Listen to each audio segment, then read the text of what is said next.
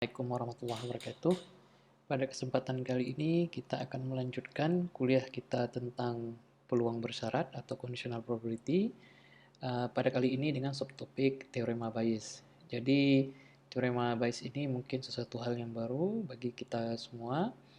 Nah, jadi teorema Bayes ini sangat berguna sekali dalam proses inferensi. Oke, saya catat di sini dalam proses inferensi.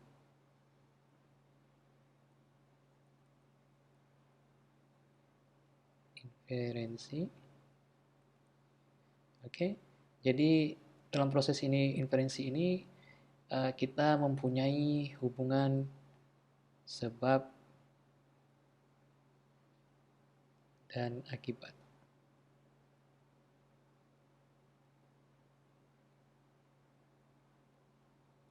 Oke, atau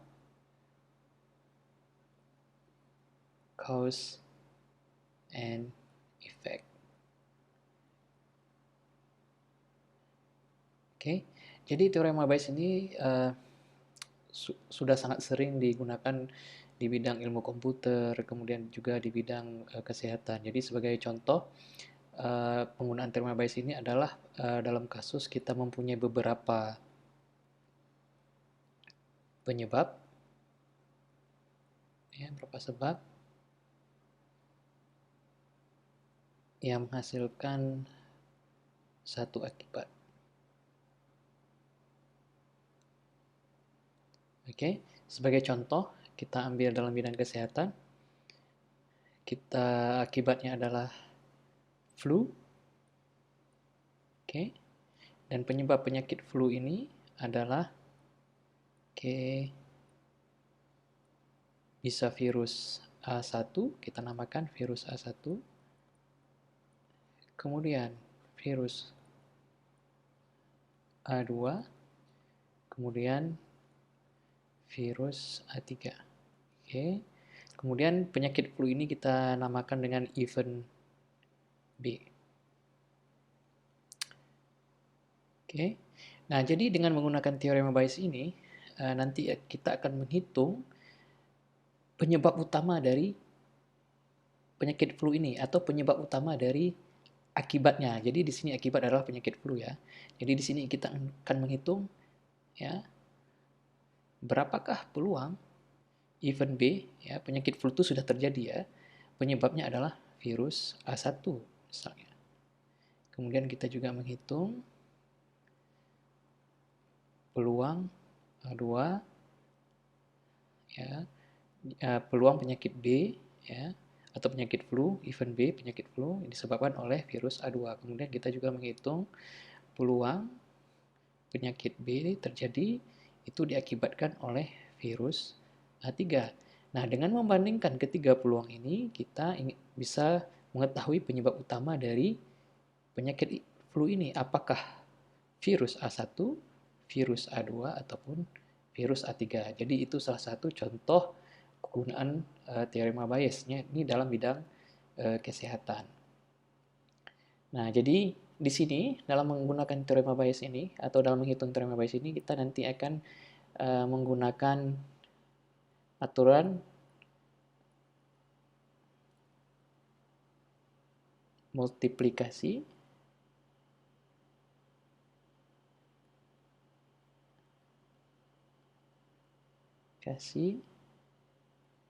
kemudian menggunakan total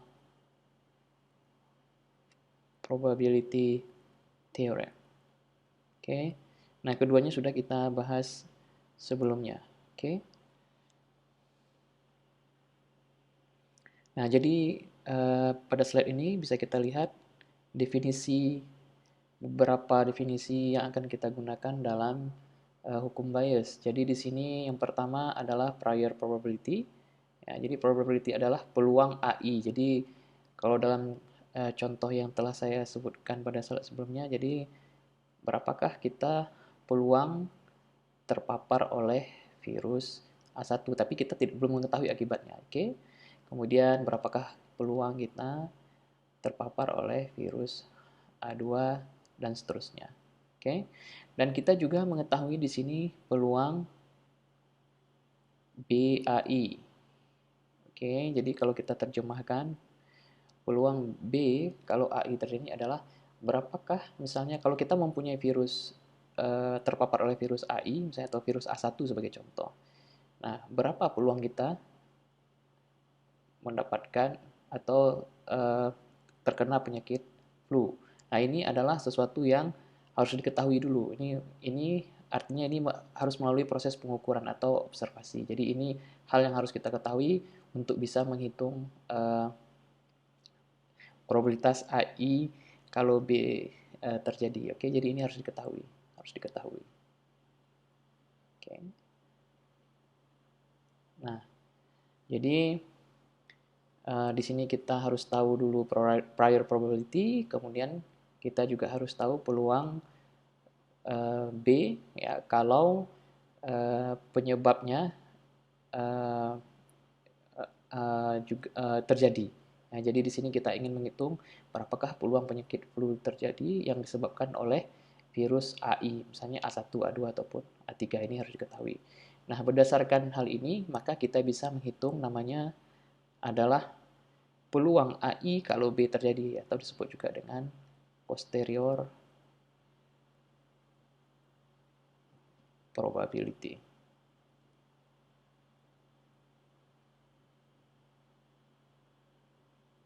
Oke. Nah, jadi untuk menghitung posterior probability ini ada peluang AI kalau B terjadi ya. Ini kita menggunakan rumusan peluang bersyarat yaitu peluang AI irisan dari B dibagi dengan peluang dari B ya. Jadi ini adalah rumusan yang kita dapatkan dari peluang bersyarat atau conditional probability. Oke. Nah, selanjutnya bisa kita jabarkan ya bagian pembilangnya dulu. Peluang AI irisan B ini kita bisa jabarkan menjadi peluang B kalau AI terjadi, event AI terjadi dikalikan dengan peluang AI dan ini adalah aturan multiplikasi. Ini sudah kita bahas pada topik subtopik sebelumnya. Oke. Kemudian untuk menghitung peluang B ya kita bisa menggunakan total probability law. Ya, ingat kembali contohnya kalau kita mempunyai event A1, A2, A3, jadi hanya 3 event atau penyebab, maka peluang dari B adalah sigma dari J, ya karena kita mempunyai 3, jadi kita buat seperti ini.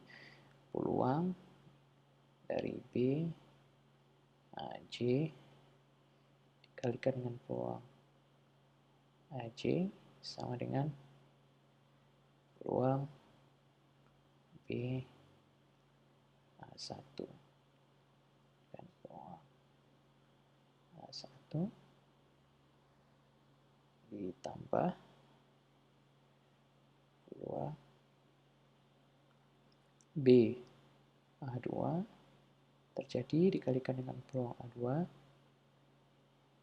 ditambah peluang B disebabkan oleh A3 dikalikan dengan peluang A3. Oke, nah jadi ini adalah rumusan lengkap dari hukum Bayes. Nah, secara formal teorema Bayes ini kita lihat pada slide berikutnya. Oke, jadi ini untuk n penyebab. Oke, dan satu akibat yaitu B. Oke. Jadi ini adalah rumusan umum dari hukum Bayes atau teorema Bayes. Dan ingat syaratnya adalah event dari A1 ya, penyebab A1, A2 dan A3 ini merupakan event-event yang disjoint. Jadi tidak mungkin A1 dan A2 terjadi secara bersamaan. Ini kita lihat penggunaan yang paling sederhana dari hukum Bayes yang melibatkan dua sebab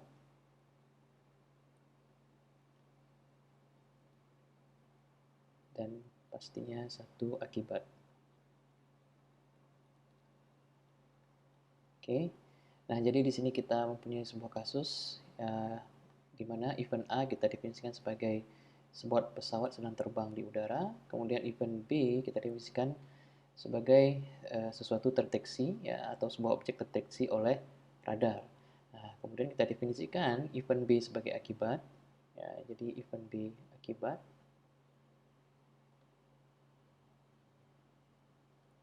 Ya, jadi sesuatu terdeteksi oleh radar dan penyebabnya apakah pesawat ya, atau event A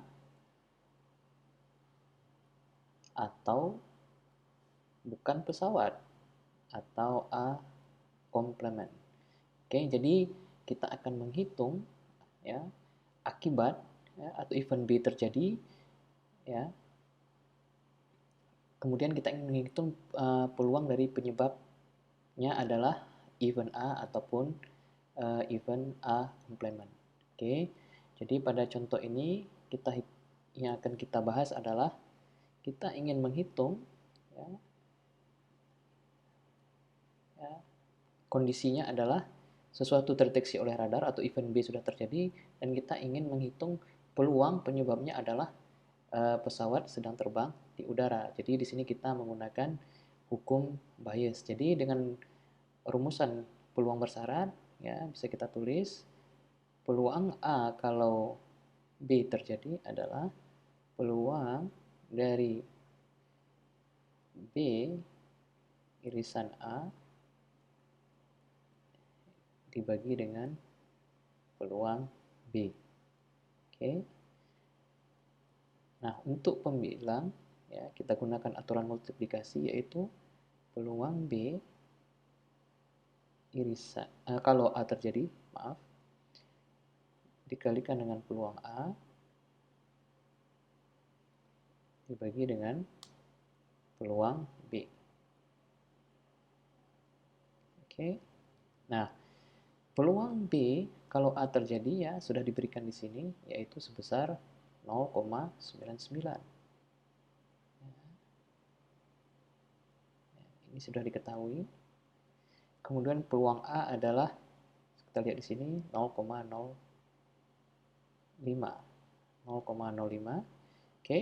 Nah, untuk menghitung peluang B kita gunakan total probability theorem karena kita mempunyai dua penyebab yaitu A dan A komplement, maka peluang B adalah sama dengan peluang B, kalau A terjadi dikalikan dengan peluang A ditambah peluang B oleh penyebab yang lain yaitu A komplement dikalikan dengan peluang A komplement. Oke. Nah, untuk menghitung peluang B kalau A terjadi dikalikan dengan peluang A, kita ikutin garis ini.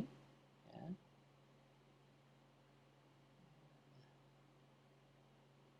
Oke, jadi ini adalah 0,99 dikalikan dengan 0,05.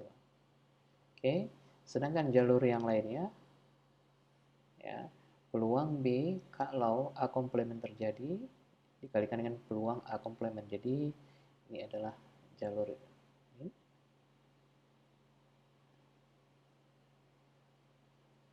Oke, jadi sama dengan untuk yang ini adalah 0,1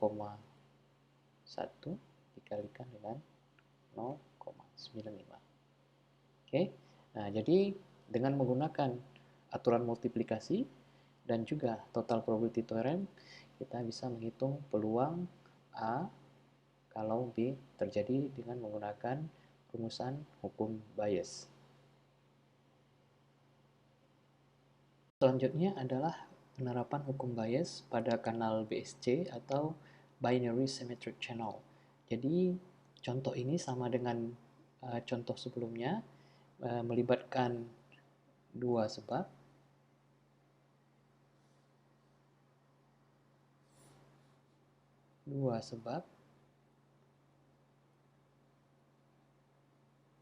Satu akibat.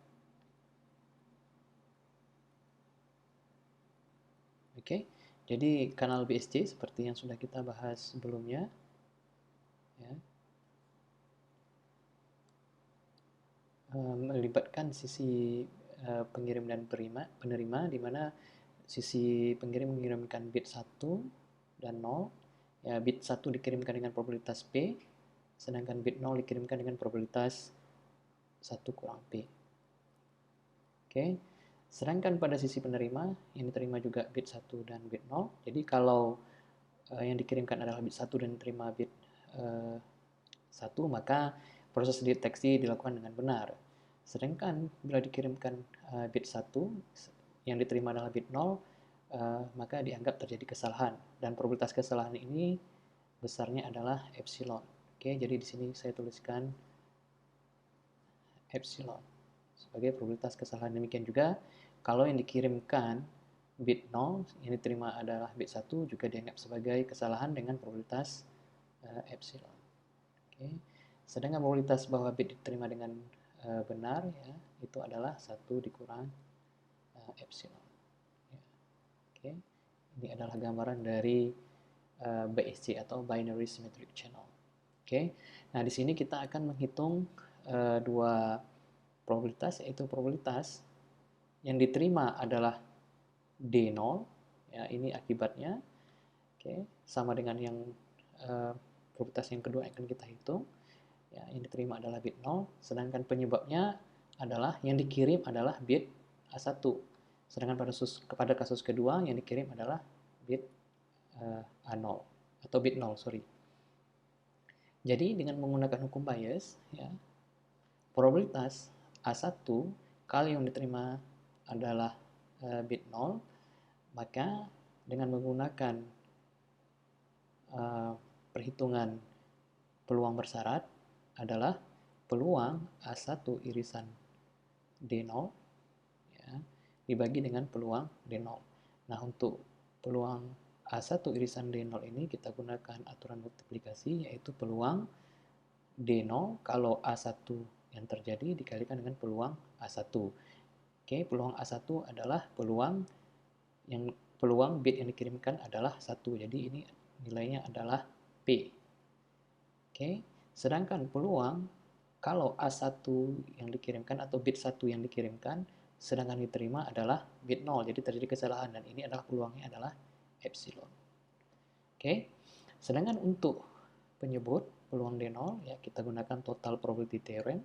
Ya, seperti yang kita ketahui, akibatnya adalah D0 dan penyebabnya ada dua, yaitu A1 dan A0. Jadi untuk menghitung peluang D0 adalah peluang D0 yang dikibatkan oleh penyebab A1 dikalikan peluang A1 ditambah peluang D0 yang diakibatkan oleh A0, ya, dikalikan dengan peluang A0.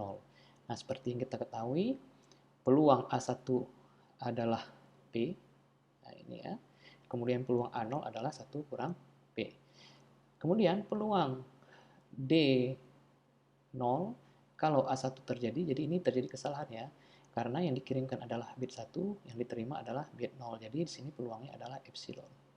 Oke. Jadi epsilon kali P peluang A1 ditambah peluang D0 kalau A0 terjadi. Nah, ini berarti peluang deteksinya benar, ya. Jadi yang dikirimkan adalah A0, yang diterima juga 0. Jadi di sini peluangnya adalah 1 dikurang epsilon. Oke. Dikalikan dengan peluang A0 tadi sudah kita tentukan, yaitu 1 dikurang P. Oke. Jadi peluang A1 kalau D0 terjadi adalah epsilon dikali P dibagi dengan epsilon kali P ditambah 1 dikurang epsilon dikalikan 1 dikurang P. Jadi dengan mengikuti langkah perhitungan ini, ya, kita bisa menentukan peluang A0 kalau D0 terjadi.